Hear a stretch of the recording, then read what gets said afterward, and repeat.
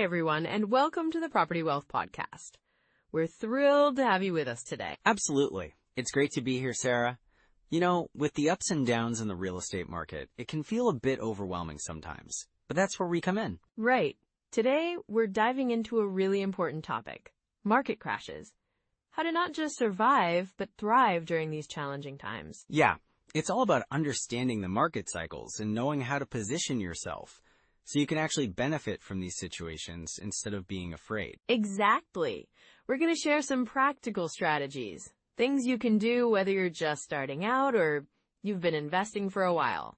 And we'll talk about the mindset shifts that can help you see opportunities where others see obstacles, because that's crucial, isn't it? For sure. Plus, we'll touch on some real-life examples of investors who have navigated market crashes successfully and how you can learn from their experiences. So if you've ever felt anxious about market fluctuations or wondered how to take advantage of a downturn, you're in the right place. Let's jump right in. Mike, can you kick us off by explaining what typically happens during a market crash? So, Sarah, the reality is that for many folks over 40, the stakes are higher when it comes to real estate investing. I mean, retirement timelines are creeping up, right? You want to make sure your investments are solid because they could be the foundation for your retirement. Absolutely, Mike. And with everything going on in the economy, like inflation, rising interest rates, people are feeling that pressure more than ever. It's not just about buying a property anymore. It's about how well that property will serve you in the long run. Exactly. I've had clients come to me worried about how market fluctuations might impact their retirement plans. One woman I worked with, let's call her Linda, was approaching 60 and had a couple of rental properties. She was really anxious about the market crash back in 2008 and how it affected her portfolio. Yeah, that was a tough time for a lot of investors. What happened with Linda? Well, she had to sell one of her properties at a loss during that downturn, which really shook her confidence. But we worked together to develop a more resilient strategy. Now, she focuses on cash flow rather than just appreciation. It's more about stability for her now. That makes so much sense. Cash flow can provide that consistent income, especially as you near retirement. And it's less reliant on the whims of the market. Right. And let's not forget the emotional side of financial security. People want to feel safe, When you're over 40, the idea of a market crash isn't just about money. It's about your peace of mind. I totally get that. I mean, a stable income can help you sleep better at night. I've spoken to investors who, after losing money in a downturn, felt a lot of stress. They worried not just about their finances, but also about how they'd support their families. Exactly. Like Tom, a client from a few years ago who had a couple of properties that were underwater. He was so worried about how he'd pass wealth to his kids. We shifted his focus to properties that offered better cash flow and were in areas that tended to be more resilient during downturns. That's a smart move. It's not just about creating wealth for yourself anymore. It's about ensuring a legacy for your family, right? Absolutely. And with inflation being a real concern now, investing in real estate can actually serve as a hedge against it. Property values generally rise alongside inflation, which helps protect your purchasing power over time. That's a great point. I think a lot of people underestimate how valuable that can be. It's not just about getting rich. It's about maintaining what you've built. For sure. And let's not forget the current economic trends, like the shift toward remote work. Some investors are capitalizing on that by buying properties in areas that are becoming popular for remote workers. This can lead to increased demand and, ultimately, better returns. That's really interesting. I hadn't thought about that angle. So it's not just about where the market is today, but where it's headed. Exactly. Investors need to be forward-thinking. Look at the potential for growth in different neighborhoods or even different cities. For example, I helped a couple buy a property in a smaller city that was seeing an influx of tech workers. They're already seeing their property values rise. Wow! That's a smart strategy. And it kind of circles back to your earlier point about being proactive rather than reactive. If you wait until a market crash happens to make changes, it might be too late. Right. It's like planting seeds before a storm. You want to be prepared ahead of time. Plus, when you're in your 40s or 50s, you have a bit more experience to draw from, which can be invaluable. Yeah, that experience can really help guide you through tough decisions. It's not about panic. It's about making informed choices. And that's what can set you apart as an investor. Well said, Sarah. And I think it's important to remember that investing in real estate isn't a sprint. It's a marathon. Those who stay the course, who adapt and adjust, are the ones who really thrive. Definitely. And for those listeners who might be feeling overwhelmed by the thought of a market crash, it's crucial to remember that these downturns can present opportunities too. Exactly. Some of the best deals can be found in a down market.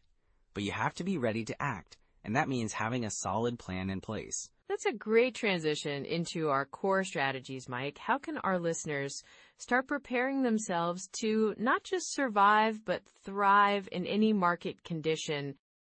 So let's dive into some of those core strategies and rules of thumb. When a market crash happens, it can be pretty daunting, but having a solid game plan can really help you navigate through the chaos, right? Absolutely. One of the first things I think people should keep in mind is the 1% rule. Can you break that down for us, Mike? Sure. The 1% rule is a simple guideline that suggests that you should aim to generate at least 1% of the purchase price in monthly rent. So if you're looking at a property that costs, say, $200,000, you'd want to be getting at least $2,000 a month in rent. That way, you can cover your mortgage and other expenses while still making a profit. That makes total sense. And I guess it also helps in evaluating whether a property is worth your time and investment, right? Exactly. It's a quick way to gauge potential cash flow. But remember, it's not the end-all be-all. You'll want to look at other factors too, like location and property condition. Right. And speaking of evaluation, what about the 50% rule? I've heard that one thrown around quite a bit. The 50% rule is another good one. Basically, it suggests that when you're calculating your expenses for a rental property, you should estimate that about 50% of your rental income will go towards operating expenses. This includes maintenance, property management fees, taxes, and more. So if we stick with our $2,000 monthly rent example, we'd set aside about $1,000 for expenses? Exactly. So if you're bringing in $2,000, you'd want to ensure that your total expenses, including mortgage, don't exceed that $1,000 in your calculations. It keeps you grounded and helps you avoid surprises down the line. Those rules are super helpful. But what about something like cap rates? How do they fit into all of this? Great question. The cap rate, or capitalization rate, helps you evaluate the potential return on an investment property. You calculate it by taking the net operating income, NOI, and dividing it by the property's purchase price. So if a property has an NOI of $20,000 and you buy it for $200,000, your cap rate would be 10%. Got it. So a higher cap rate generally means a better return, right? Yes, but keep in mind that a really high cap rate could also indicate higher risk. It's all about balancing potential return with the risks involved. And it's a good idea to compare cap rates across similar properties in the same area. That's really insightful. And how about checklists for evaluating deals? Do you have any must-have items on that list? For sure. A solid deal evaluation checklist can save you a lot of headaches. First, I'd say check the location. Is it in a desirable area? Look at local amenities like schools, parks, and shopping. Next, assess the property condition. Are there major repairs needed? And then you'd want to consider the financials, like the purchase price and projected rent. Exactly. And don't forget to factor in your financing options. Are you planning to pay cash, or will you be getting a mortgage? Interest rates can really impact your cash flow, especially in a down market. Right. So what's a good financing strategy during a market crash? Well, one strategy is to consider fixed-rate mortgages. They can provide stability in your payments, even if interest rates rise down the line. And if you can negotiate a lower purchase price during a downturn, you can lock in a better deal. That's a great point. And if someone is looking to invest in properties, what types do you think are best during a downturn? Good question. Generally, single-family homes tend to be more resilient during market fluctuations. They attract a broad range of renters, including families and young professionals. And what about multifamily units? Multifamily units can also be a solid choice. They provide multiple streams of income, which can mitigate risk. If one unit is vacant, you still have rent coming in from others. Just make sure to analyze the market demand in your area. So it sounds like diversifying your portfolio can be a smart move too. Absolutely. Diversification helps to spread out risk. You might consider having a mix of single-family homes, multifamily units, and maybe even some commercial properties, depending on your comfort level. That sounds like a solid approach. But I imagine there are also some common pitfalls to watch for, especially when navigating these strategies during a market downturn. Oh, definitely. One of the biggest pitfalls is getting too caught up in the numbers and forgetting about the emotional side of investing. It's easy to get swept away by potential profits and overlook the challenges that come with properties. That makes sense. It's important to have realistic expectations and not rush into decisions just because the market is down. Exactly. And another pitfall is underestimating the costs associated with owning and managing a property. You really need to account for everything from repairs to vacancies. So being prepared for the unexpected can save you a lot of stress later on, right? Absolutely. And one last thing to keep in mind is to not let fear dictate your decisions. A market downturn can create opportunities, but it's essential to approach them with a clear mind and a solid plan. That's such valuable advice, Mike. It really helps to have a roadmap when navigating these challenges. Glad you think so. It's all about being informed and strategic. That way, you can not just survive, but thrive in any market condition. Perfect note to end on as we transition into discussing those common pitfalls. So Sarah, let's dive into some of those common pitfalls that can really trip up investors, especially during a market crash. One of the biggest mistakes I see is over-leveraging. Right, that's when someone borrows too much against their properties, right? Exactly. It's tempting to think, hey, I can handle this much debt, but when the market takes a downturn, those payments can become overwhelming. I had a client a few years back. Let's call him Tom. He bought 3 properties in quick succession, thinking he was on a roll, but he didn't factor in how the interest rates would impact his monthly payments. Oh no. What happened to Tom? Well, when the market softened, his rental income dropped, and he found himself struggling to cover the mortgage payments. He had to sell one property at a loss just to keep the others afloat. It was a tough lesson for him. That's really tough. So how can someone avoid that situation? First, always have a solid buffer. You should aim for a comfortable debt-to-income ratio and never stretch yourself too thin. It's important to leave some cash flow room for those unexpected expenses. Speaking of expenses, I think another common mistake is not really understanding cash flow. Absolutely. Some investors focus too much on property appreciation and forget that cash flow is king, especially during a downturn. You need to ensure that your properties can still generate positive cash flow even when the market isn't performing well. I've heard stories about people buying properties that looked great on paper, but ended up costing them more than they earned. Yeah, I had a client, let's call her Lisa, who bought a high-end rental property in a trendy area. The numbers seemed great until she realized the property needed constant repairs, and her tenants were frequently late on rent. That sounds frustrating. It was. She was so focused on the potential rent that she overlooked the ongoing costs. It's crucial to run the numbers on maintenance, property management fees, and any other costs that could eat into your profits. And bad tenants can be a huge factor in that equation too. Definitely. A bad tenant can turn a profitable property into a nightmare. I had another client, let's call him Jake, who was so eager to fill his vacant unit that he didn't thoroughly vet his tenants. Oh no. Right? He ended up with a tenant who consistently paid late, and eventually he had to go through an eviction process. It took months and cost him thousands in lost rent and legal fees. That's a tough pill to swallow. It really is. So it's important to do your due diligence. Check references, review credit scores, and maybe even meet the potential tenants in person. It's worth the extra effort to find the right fit. Absolutely.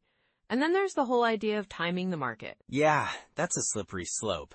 Many investors try to time their purchases based on market trends, thinking they'll get in at the low point, but the market is unpredictable. Right, I've heard of people waiting too long for the perfect moment and missing out completely. Exactly. I had a friend who was convinced prices would drop further, so he held off on buying, but instead of a drop, prices soared. He ended up purchasing at a much higher rate because he hesitated. That's a classic case of analysis paralysis, isn't it? You bet. The key is to be informed and make decisions based on your financial situation rather than trying to predict the market. And I think it's important to consider hidden costs, too. For sure. Many investors overlook expenses like property taxes, insurance, and even HOA fees. I had a client, let's call her Emily, who fell in love with a property, but when she closed the deal, she discovered the property taxes were significantly higher than she anticipated. Yikes. It threw her entire budget off, and she had to scramble to adjust her plans. Always do a thorough analysis of all potential costs associated with a property before you dive in.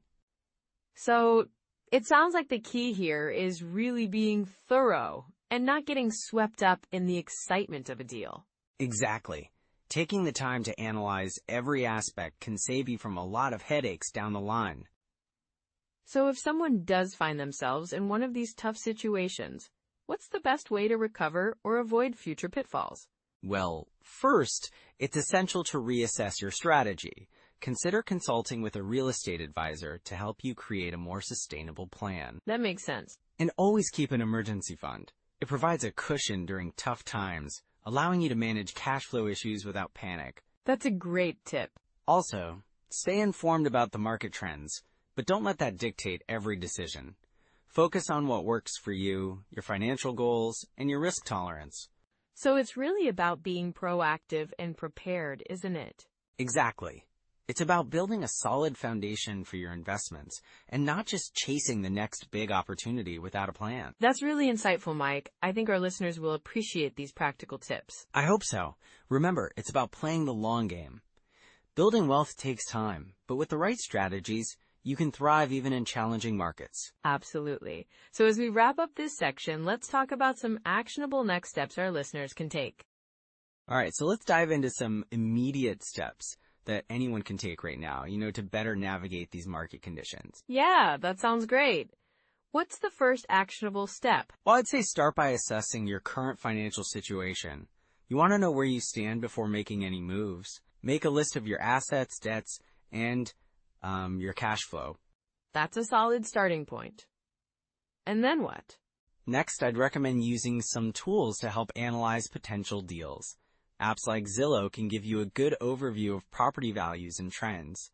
Right, and it's super user-friendly. What about actual calculations? For that, I really like the BiggerPockets calculator.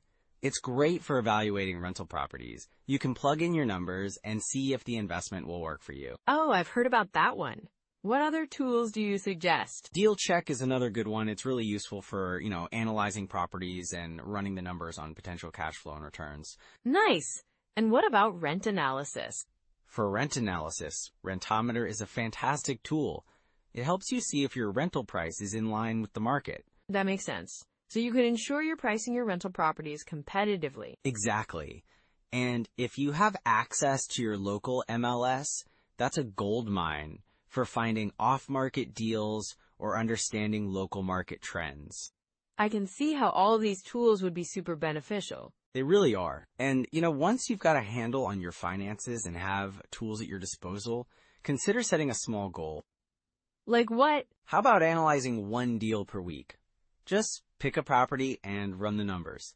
It doesn't have to be a big deal, just something to keep you engaged in learning. I love that. It keeps the momentum going. Right? And speaking of engagement, joining a local real estate meetup can be a game changer. You can network with other investors, share experiences, and gather insights. That sounds so valuable. Plus, it's a chance to learn from others who might have faced similar challenges. Absolutely. And don't forget about the wealth of knowledge out there in books and podcasts.